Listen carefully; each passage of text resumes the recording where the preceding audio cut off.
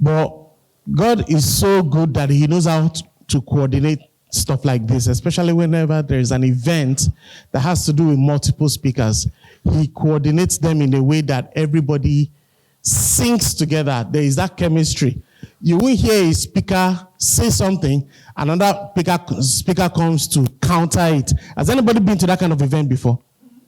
You just realize that it seems as if everything is working together. Now, did we join the WhatsApp group when I gave this thing a title? Bulletproof your business. What was on the second to the last slide when I was talking about his MOP? At some point you mentioned how to bulletproof that business. Now, for those that are into career, you've learned a lot already, yeah? And you've also seen newer opportunities that you can explore. For those of us that are saying, I'm not ready to apply for a job, I want to start my business, this one is for you. For those that are looking for that additional stream, this is for you. And what are we going to be doing today? We're just going to be asking ourselves deep-rooted questions. So I want to give you a caveat ahead of time that ask the Holy Spirit that all these questions that I'm going to be asking you, just know at the back of your mind that I'm not the one that will give you that answer. But the Holy Spirit is going to give you that answer. Does that make sense? And please get your notes fired up. I'm going to try and rush through it because I understand what it means to have cognitive overload. I understand what it means to go from sessions back to back. So I'm not going to try and weary you out, but just stay with me on this. Are we good to go? Let's fire on. Okay. I was going to share my story. I don't know if my story because it's somewhat relatable to his story. And there was a trajectory shift in my journey 10 years ago. I lost my mom 10 years ago, March 14. And before then, I was deeply rooted in career. I had already put in over 15 years in career then. Managing brands, PwC, Coca-Cola, Pirelli, Lacasera. Even when Lalo was talking about MBG, and I said, you don't know me. I was leading the team that put Lacasera on the map when the Search for Sarah campaign created it. So it was such an exciting time when we were working with Guy Bruce and all that on the MBGN campaign. So advertising was a beautiful journey for me that somewhat came to a close around 2016 when I said to myself, I'm not going to resign and open another advertising agency next door, because I realized that there were some needs that advertising alone could not fix. And that was what led me to becoming a business pathfinder that I am today. But I'm not going to bore you with all that story. Just follow with me. And I want to believe nobody's listening to this kind of session and TikToking on the side. Good. Let's get right into it. We're asking ourselves deeply rooted questions. Deeply rooted questions. And all these questions, you've heard them today. The first one is start with what? Start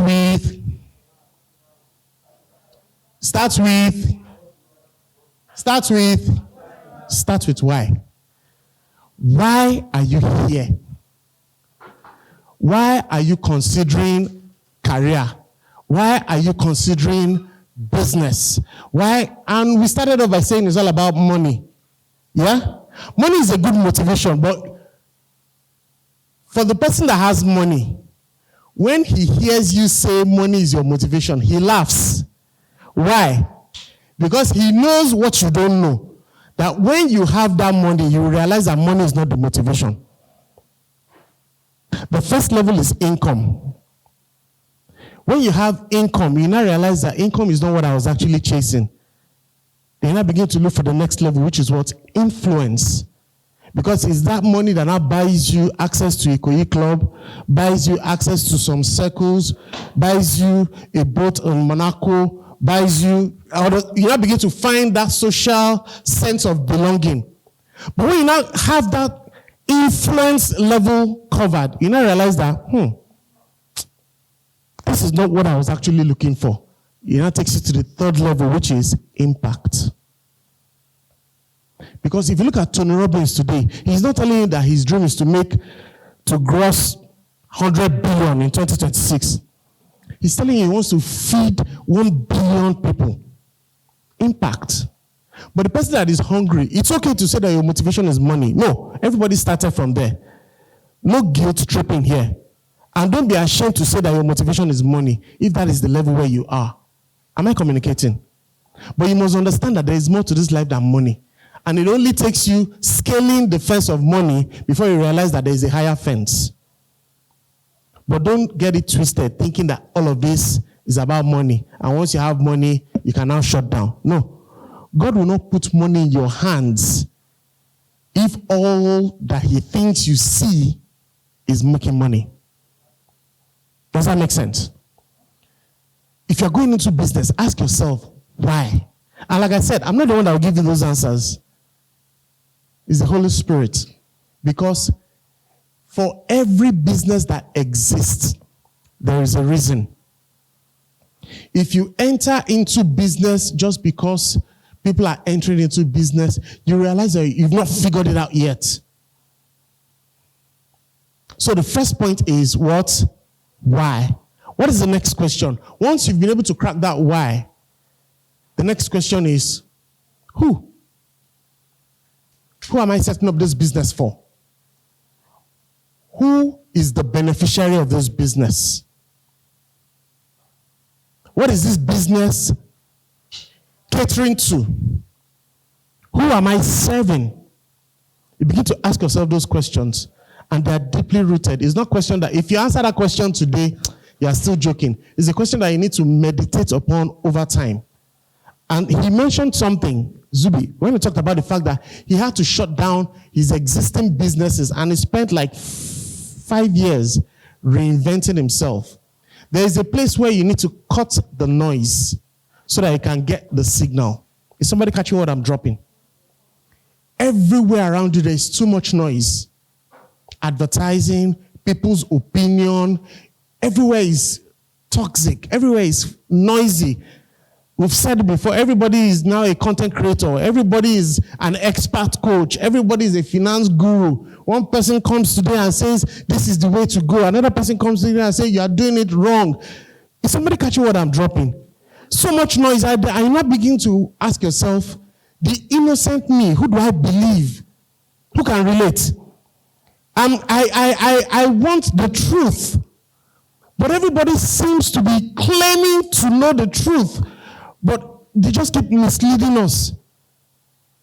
Today they say egg is protein. The next minute they say egg is carbohydrate. Who can relate?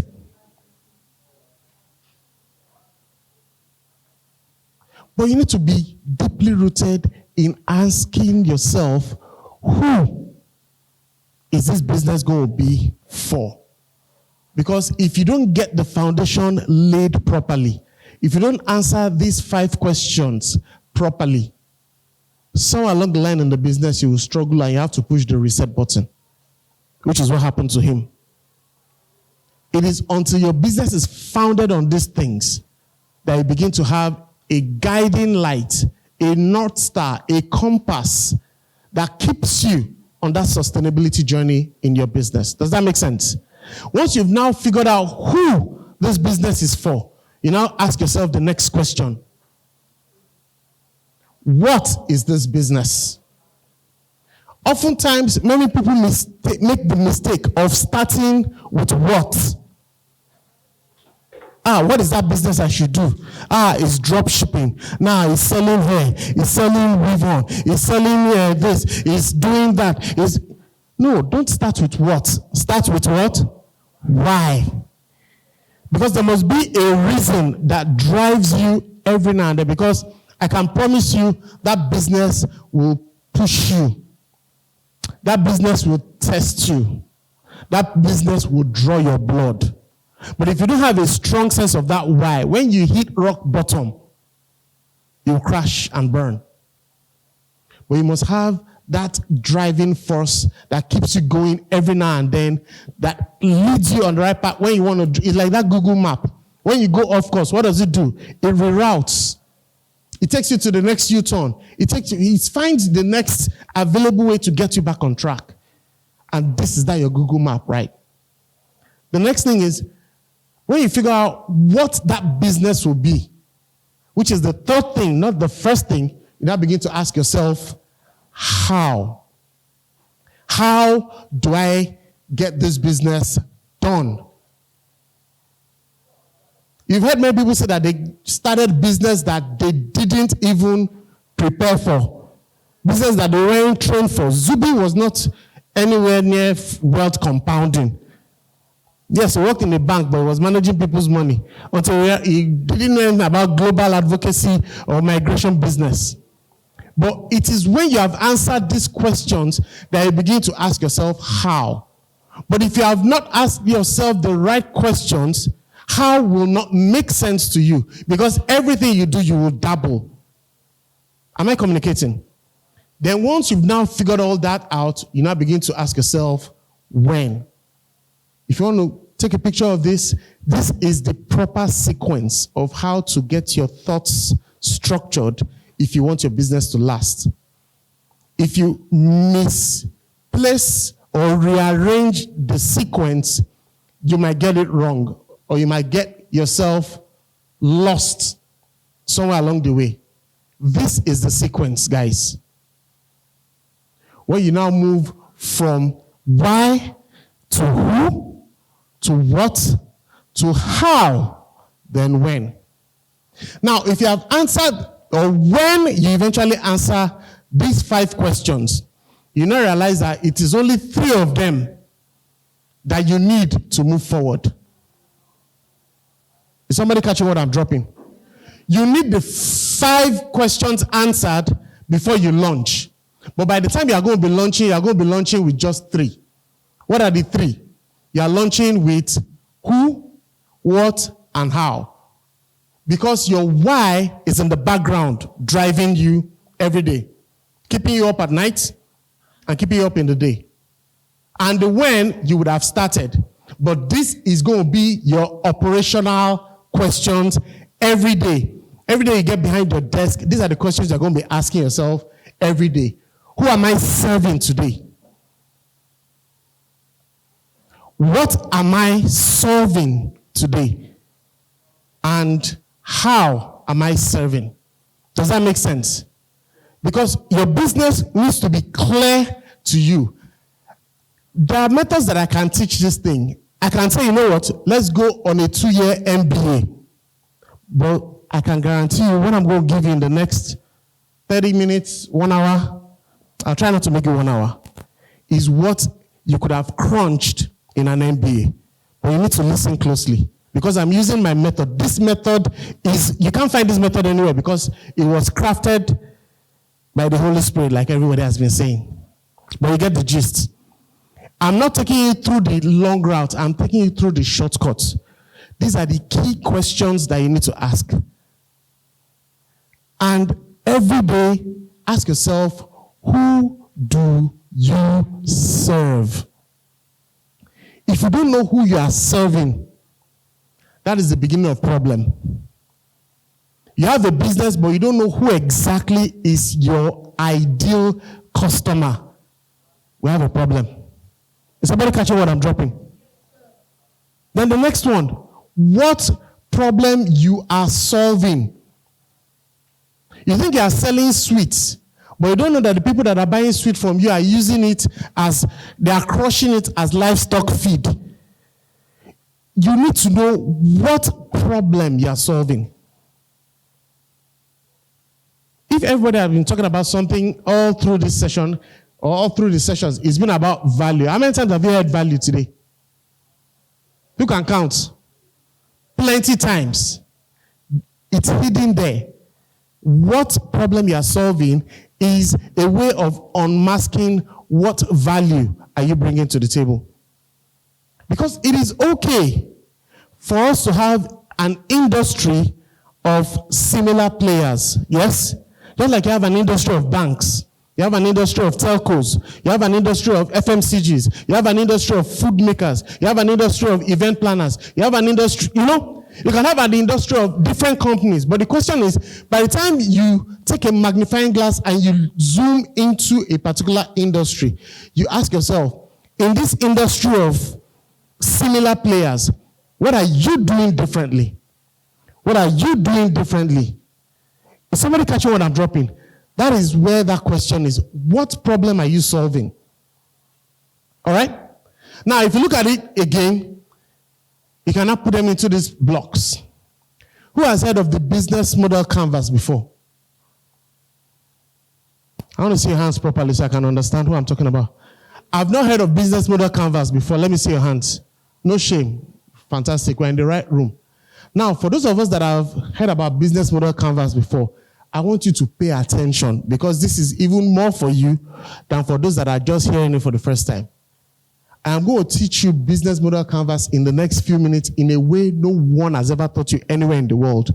Why? I didn't learn it like this. I was taught by the Holy Spirit.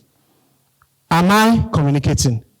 And the only proof is that by the time I'm done, if you say you have learned it like this before, I owe you money. Just name your price. I can boast in the Holy Spirit because I know who taught me. No, I've studied LBS, all that, but nobody taught me what I'm about to teach you now. So I want you to pay attention. Don't forget, I started from a place of questions, right? And we're now left with how many questions? 3 questions. What's the first one? How? Going backwards, we started from who, what, and how. Going backwards, right? Now, if you want to read it forward, how does it go? How do you deliver what to who?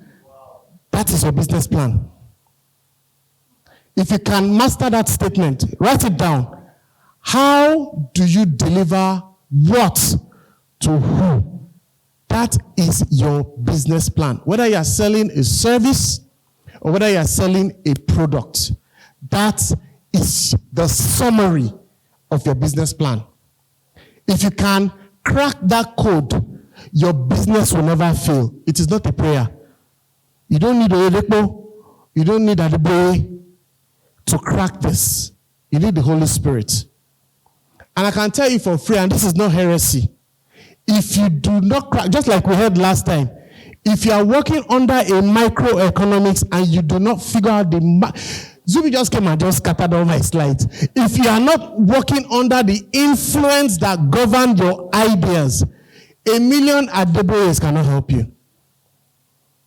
Is it heresy? It's the reality of life. Because things are sorted out in the spirit. People that are sitting on policies, they call them principalities. You wrestle not against flesh and blood, but against what?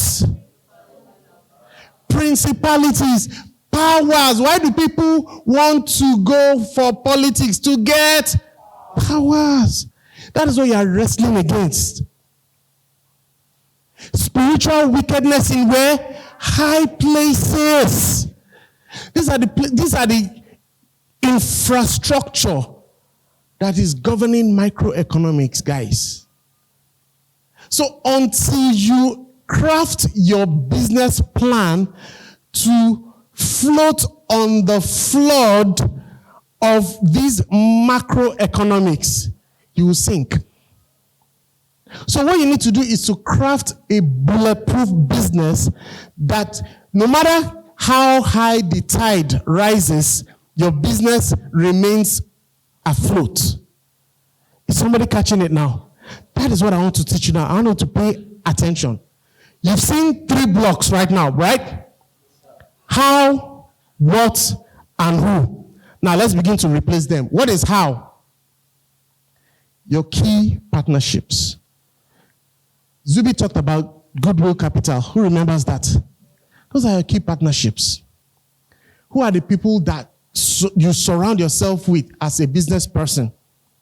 If you are selling wig, for instance, how do you master your inventory, your supply chain? Because you can dance all the dance you want to dance on TikTok. This is 100 inches. This is 200 inches. But once the border closes, your dances will stop. Is somebody catching what I'm dropping? These are your key partnerships. That is your how. That is your back end to your business. How do you run this business? How do you ensure that one Karimu does not frustrate your business? It's your key partnerships, your staffing, your SOPs, your systems, your operations, your suppliers, your vendors, your tax consultants, your business consultants, your coaches, your government regulators, your lawyers, your bankers. That is embedded in your how. Is somebody catching what I'm dropping? If you are going into business and you are not forming an Avenger squad of how, guy, you're joking. Is he entering? So the how alone is work in itself. How to surround yourself with an elite squad of industry professionals, even mentors. At the beginning of the session, someone talked about mentorship. Was it Chinedu? Mentorship, how to ensure that you surround yourself with people that can open doors for you. Like I always say, the door to the next level is a door with only one knob, and that knob is on the other side. That means you can't open that door from here. You need someone to open the door from the other side. You need someone to recommend you for an opportunity. You need someone at a table where they are sitting and deliberating to mention your name, to say, you know what, this person, I've worked with him before. Let's use him. Is somebody catching what I'm dropping? So in the how block alone, you can fill up higher education. But like I said, I am just giving you talk points that you will take to the Holy Spirit. I'll give you the blocks. You go back home and have a sit down with the Holy Spirit and say, Holy Spirit, now begin to download afresh on me, on how do I go about this. So the first one is what? Key partnerships, right? What is what? By now we should know what now. We've mentioned it many times. Value. What is value propositions? Value proposition. If your business does not understand value proposition, it has no business doing business. Am I making sense? Because value is not interpreted by you. Value is interpreted by who? The customer. Until the customer sees what you are serving as value, you can tell me everything you want to tell me in this world about what you went through, how you jumped the bus from Abeokuta to Shagamu, and how you now boarded the train from Kaduna to Dora, to Unguru or wherever, and how you can tell me about your life story, sad story, but until the client sees value, all that story means nothing. And what is value? He mentioned it. Everybody has mentioned it. That's why you guys are just cut up my slides. It's about understanding pain points. But they missed one part. Pleasure boosters. What pain is this problem solving? What pleasure is this problem boosting? So it goes hand in hand. The air conditioning is solving a pain point, right? Heat. And it can also, in one way, be solving a pleasure booster. I mean, Dirty December is more of a pleasure booster, right? All the ideas that you set up to collect money from those IJGB guys, they are pleasure boosters. But until they see value, they will not drop their credit card. Yes or yes? That is where you begin to study value proposition. This session will not even afford us enough time to do justice to all that part. But I want you to just follow closely, because these are areas that we can now begin to expand on in the future. All right? What is the third block? Who? Customer segments. Do you know that you are not serving your only one customer? Did anybody catch that question? Not everybody is your customer. There are prospects, there are suspects. How do you separate prospects from suspects? There are customers and there are consumers. How do you separate customers from consumers? Who knows the difference between customers and consumers? Customers are the ones who pay. Consumers are the ones who consume. It's that simple. Indomie, who is the customer? Who is the consumer? Until you understand your business to know who is cutting the check, you might be backing at the wrong tree. Am I communicating? I'm not saying that you cannot use one to influence the other, but at least you must know who owns the money. If you leave who owns the money and you are going to romance the person that doesn't have shengbai, you go broke. Is somebody catching what I'm dropping? Even in the customer segment, how do you separate them? There are two broad classifications for separating customers. We have what you call the demographics, and you also have what you call the psychographics. Has anybody heard of those jargons before? Okay, I will break it down. Demographics speak to how do you classify your customers according to their age, gender, academic qualification, spending power. You know all those, a brief bio. If you want to just do a quick bio about someone, this person is a male, he lives in so, he earns so much. You guys have run ads on Facebook before now. Those are demographic classification. Yeah? It now gets to a stage, it moves from demographic classification and now goes to what you call psychographic classifications. What is that? How do people think? Their ideology, their belief systems. I can't come to this place now saying I want to sell Islamic praying mats. Who will buy? Is somebody catching what I'm dropping? Did Zubi mention it or not? When you're talking about your identifiable market. So you can say that there is a connection between all these things that we're talking about. Even among your customers, you must segment them. What kind of customers can buy a 100,000 naira product? What kind of customers can buy a 10 million naira product? What kind of customers can buy a 1 billion naira product? You separate them. Because the way I communicate to a 10K customer, it's not the same way I would communicate to a 100K customer. The way I communicate to a 100K customer, it's not the same way I would communicate to a 1 billion customer. 10K customer, we can chat on WhatsApp. 1 billion customer, I take him to Marriott. Is somebody catching what I'm dropping?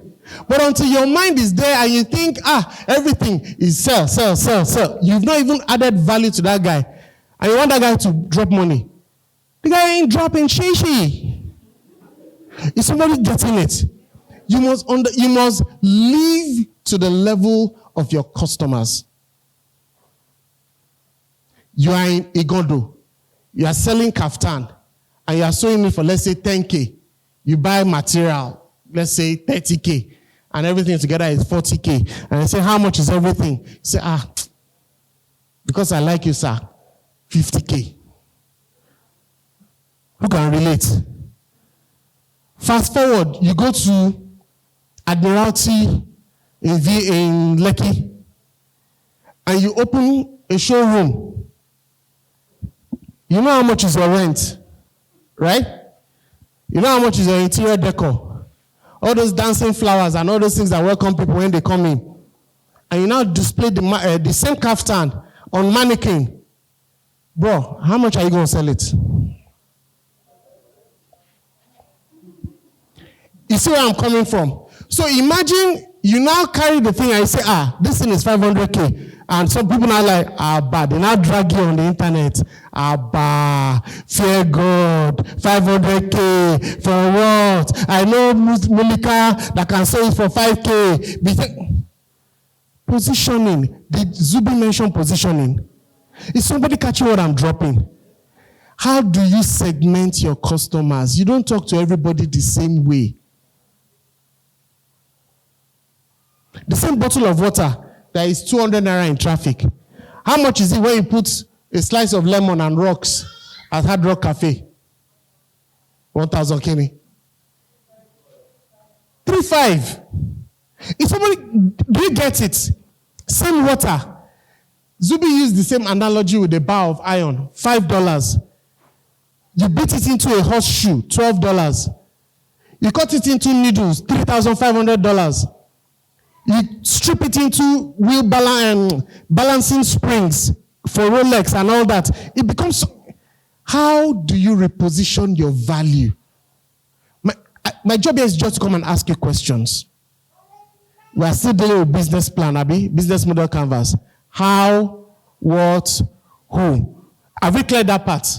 Now that we've cleared that part, let's begin to stitch it together. If you want to stitch value, proposition, this guy, I want to stitch it together, like the bricklayer, what do? You cement, bam, bam, you put 2 blocks there. Is it beginning to form a nice house? What will be these blocks? To connect your value to this customer, you guys need to have some sort of relationship. Yes or yes? What is that relationship? Customer relationships. Every good morning flower that you send on WhatsApp, all those your CRM, all those your follow-up, engagement. That is what this is. Taking them to Marriott for breakfast, for lunch, to discuss deals.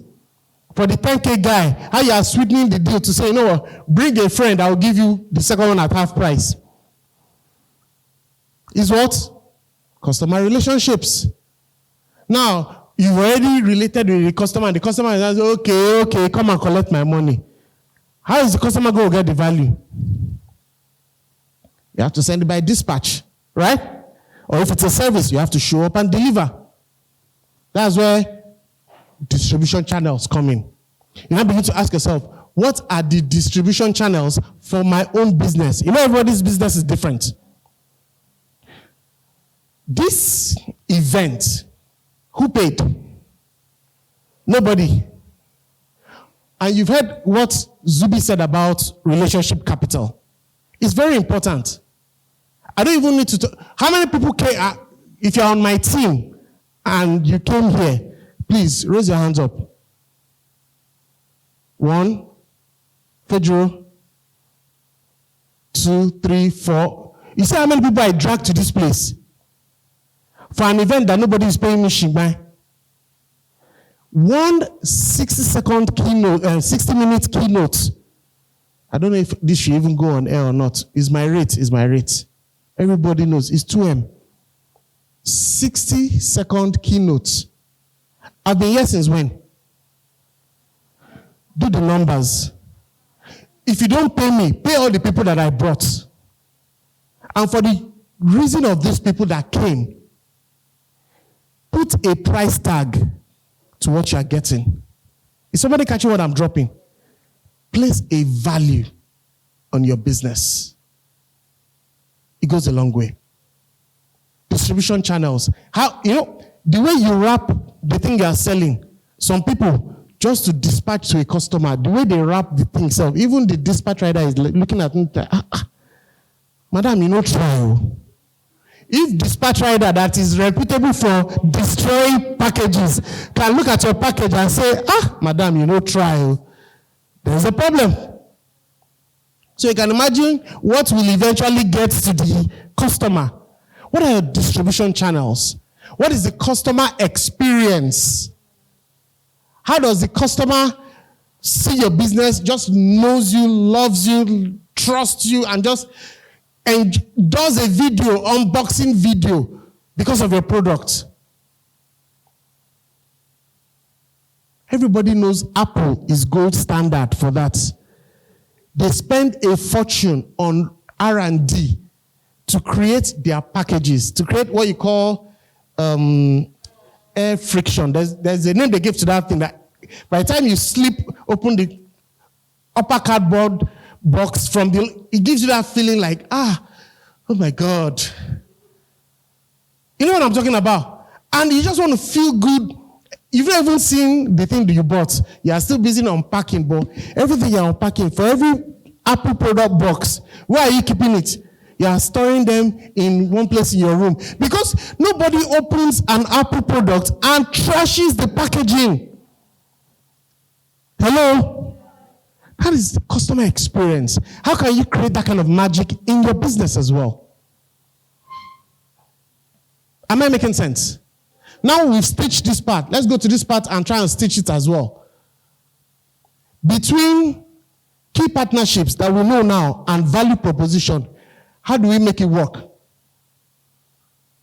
Key activities. What are the things that we do on a daily basis when we come to work to fine-tune our value, to present our value, to showcase our value? Those are the key activities. Those are the questions you also need to be writing down. What are the key activities that I'm going to be doing? Now, guess what? You can now ask yourself, in my industry, what are the prevailing key activities that everybody is aware of? Study it. Then now go and ask yourself, what are the key activities that are missing that I can bring up? You know, it is very easy, for instance, if you work in a hotel, to say, go to what's the best hotel in Nigeria right now? Is it Marriott? Dapo.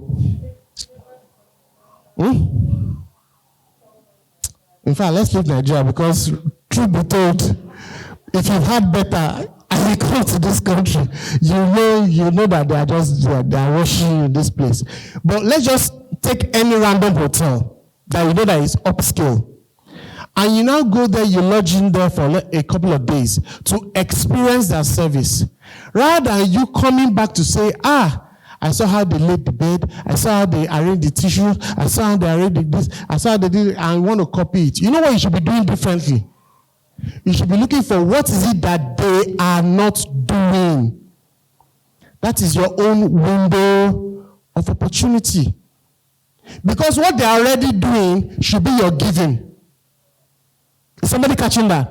So that you are not looking for what is that thing that they are missing.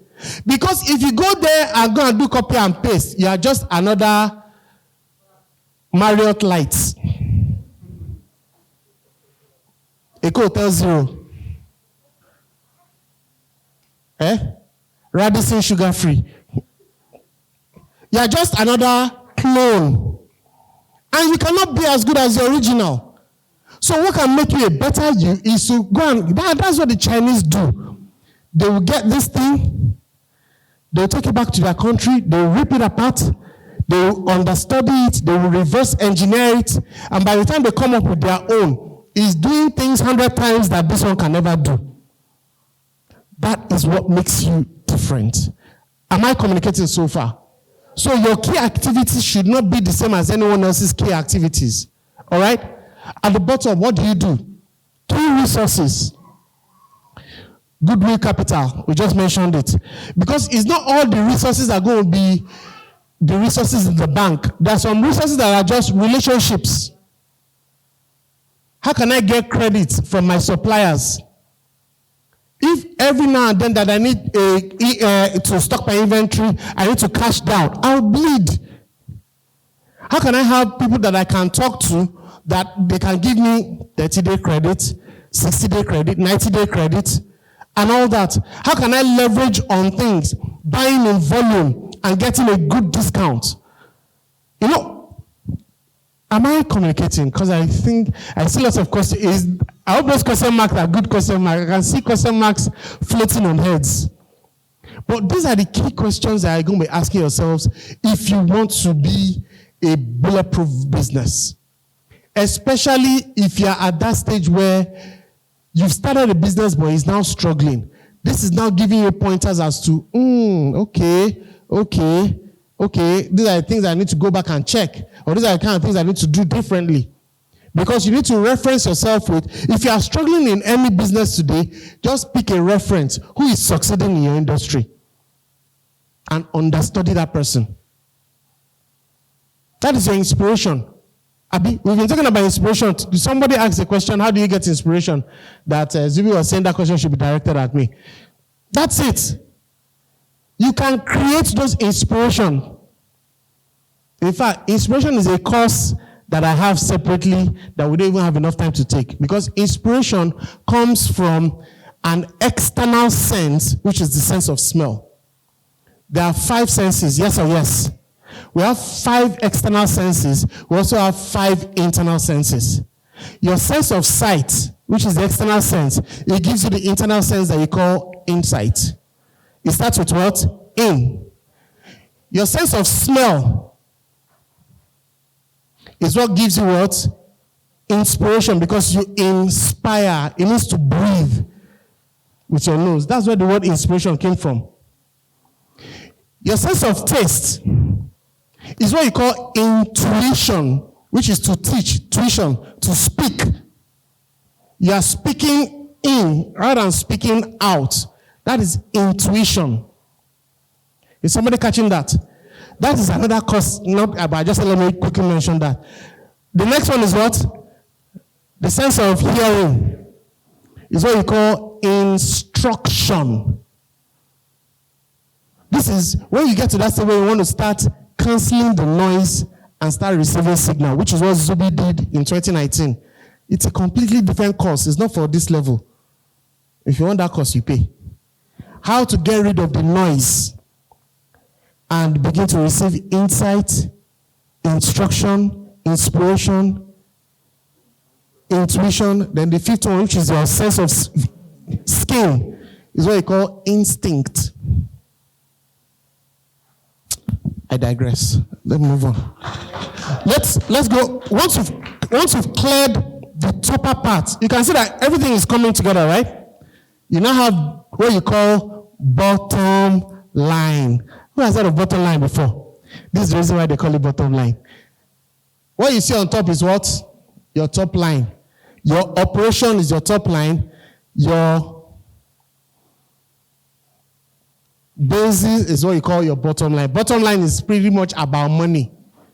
And what is money? Money coming in and money going out. If you look at the left side of your canvas, speaking of all your key partnership activities and all that, how they relate to this, they are all cost inducive. Can somebody see that? That's why on the left side, you have your cost structure. How do you spend money? Zubi talked about the MOP, right? How do you mop your money? How much of your revenue, profits, do you save? How much do you use for overheads? How much do your CAPEX, your OPEX?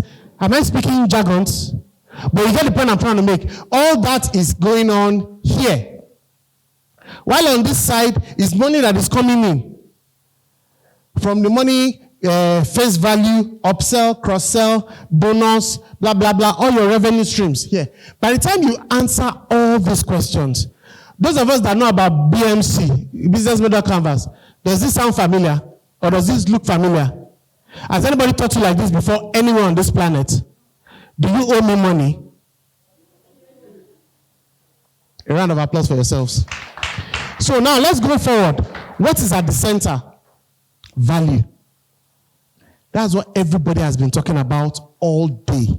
If after all the back-to-back basketballs that everybody has been dishing on this pulpit, you have not gotten value, you need Jesus. Value is always at the center. Even in the business model canvas, value is at the center. On the left, you have all the key partnerships and activities. On the right, you have all your customer segments and all that. But in the center, it is all about value. Value is very important. Yeah? On this side, you have customer segments, and on that side, you have the key partnerships, the back-end operations. That is how it works. Let's move forward. Now that we know that value is always at the center, there is a book that I wrote sometime before, shortly before the lockdown. And it's called How to Boost Your Sales Value. This book, another inspiration of the Holy Spirit, has been a tremendous success. Beautiful book. And what this book just does, it focuses on value. Because until you understand what value is, you will not understand business. There are many people that are in business, but they don't understand the value of the business. When you're talking about the value of the business, you need to look look at it in two ways. You have to look at the brand of the business and the business of the brand. That is one. You have to look at the craft of your business and the business of your craft. Am I communicating? If you want to evaluate the sum total value of your business, you look at the brand of your business and the business of your brand. Brand is something that I've done, shutting my eyes, hopping on one leg, arms tied behind my back. I've done it pretty much, I can't say all my life, but well over almost 30 years. So I understand brands. If your business does not have a strong brand, it will die. And you guys have heard about brand today. I'm not going to talk much about brand. But if you want to understand the concept of value, you must look at it from the prism of both brand and craft, which is the brand of the business and the business of the brand. Who knows that there's a difference? The brand of the business focuses more on the brand, which is the identity, the strategy. Yeah? The business of the brand focuses more on the assets. For instance, if I ask you, what is the value of the Coca-Cola brand? I'm not asking you about the color and the swoosh. I'm asking you about the trillions of dollars that is the value of the Coca-Cola brand, or the value of the Apple brand. That is focusing on the business of the brand. But if I'm asking about the brand of the business, that's why you're not talking about Apple thinking different, creating insane products. All that focuses on the brand of the business. You see the difference now? So don't let the semantics fool you. There's a difference. Now, if you're talking about the craft, it's also the same thing. There is the craft of the business, and there's the business of the craft. Our music minister that was speaking earlier in the day also said something similar. You can have talented musicians that are broke. Yes or yes? They know the craft of the business, but they don't know the business of the craft. There is a reason why it is called show business. Is somebody catching what I'm dropping? So you must understand, until you understand those four dynamics, you are yet to understand the value of your business. And that is what I've put together in this book.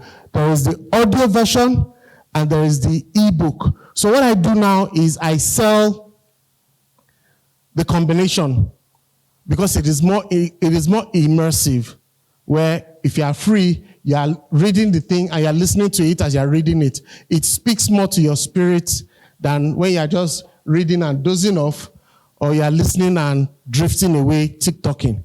So that's pretty much what it is. And I'm making an exclusive offer today for those of you that feel that you don't just want to be collecting freebies, but you want to invest in your life. Yeah? It's $30K online, but for those here and only here again, the moment I exit that door, that offer is over. I'm giving you for $10K. Is that simple? It will go deep dive into what value actually is. For instance, if I ask a travel agency, what are you selling? The travel agency will tell me he's selling plane tickets. But you're not selling plane tickets. You are yet to understand the value of your business. Do you know what you're selling? You are selling me a seat next to somebody important. Is somebody catching that? For instance, I know that Sonwolu, when he's around there are so many security detail, right? That they won't let him rest. You can't even get near him. But when he travels light because he can't carry all those people and pay for all of them. Worst case scenario, maybe one or two assistants will follow him. And maybe he'll put those two assistants where? Economy. I'm just saying, I don't know. But I'm just using an example. And if I go to my travel agency and say, you know what? Somehow, some way, I got a wind of his itinerary. And I know that it's going to be on the first class ticket to JFK, New York on Monday. Book me a seat next to Sonwolu. Has the value of that ticket increased or not? As far as the travel agent is concerned, he's selling me tickets. But me, I know what I'm buying. Like I said, value is not interpreted by the business. It is interpreted by the customer. Is somebody catching that? Let me use wedding. Everybody knows wedding, right? The bridal gown, a bridal dress. Vicky James. At least you guys know Vicky James, Abby. If Vicky James sells a bridal dress, what do you think she's selling? She's selling a brand. Who else wants to try?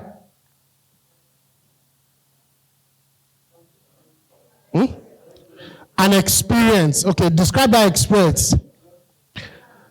Class. What? Memory.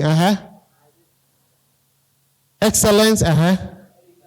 Is anybody in fashion business here? Anybody in fashion business?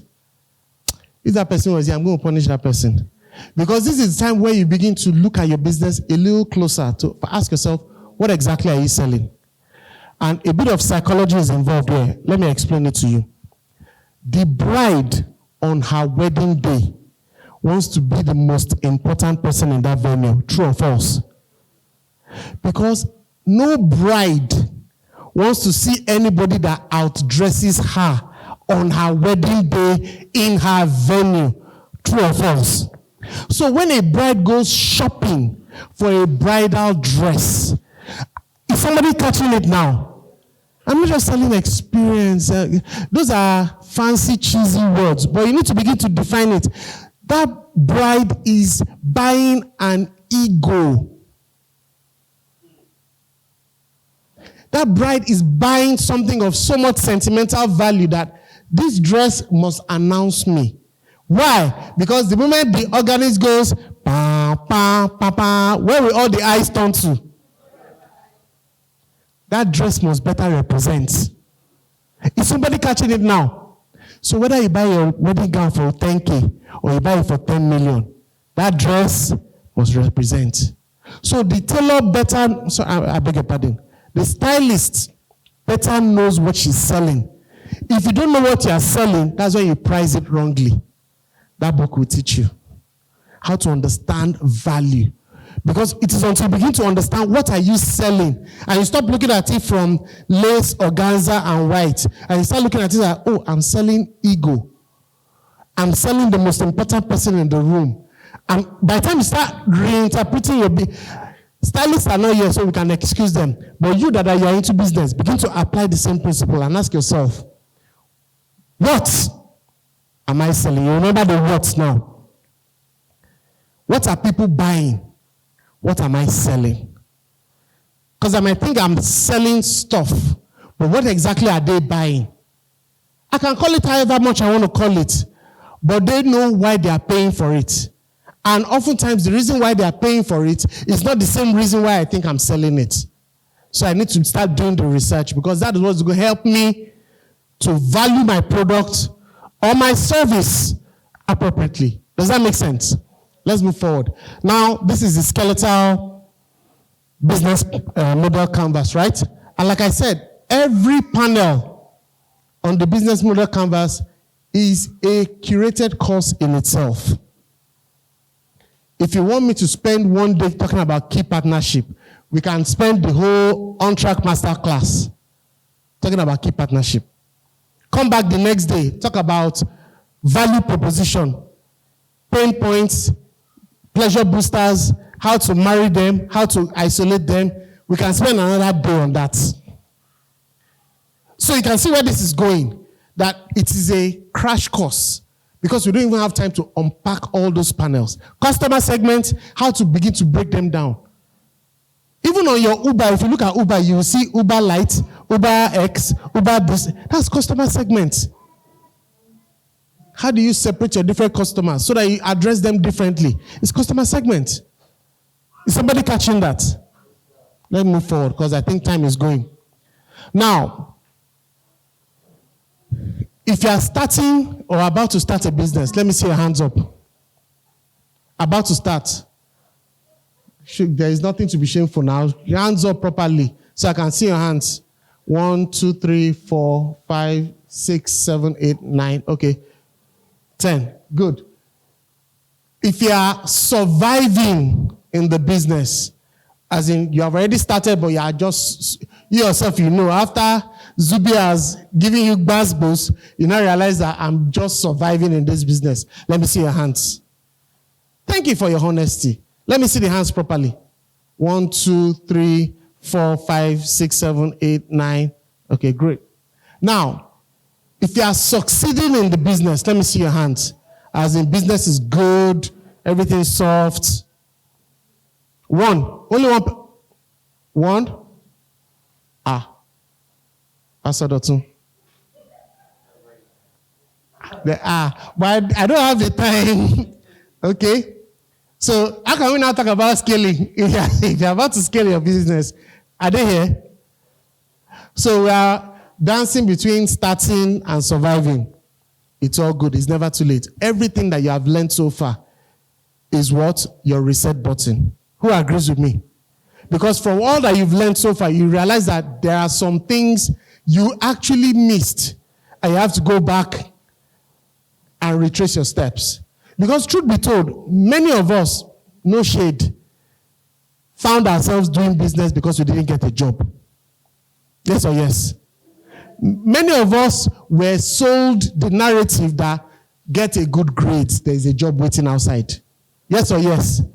You finished the good grades, you got outside, and you now realize that you fall between the 2 million people quota and there are like 250 million Nigerians.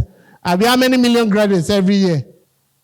And you now realize that nothing for you. And I say, if you're not going to find a job, will you come and find something to be doing?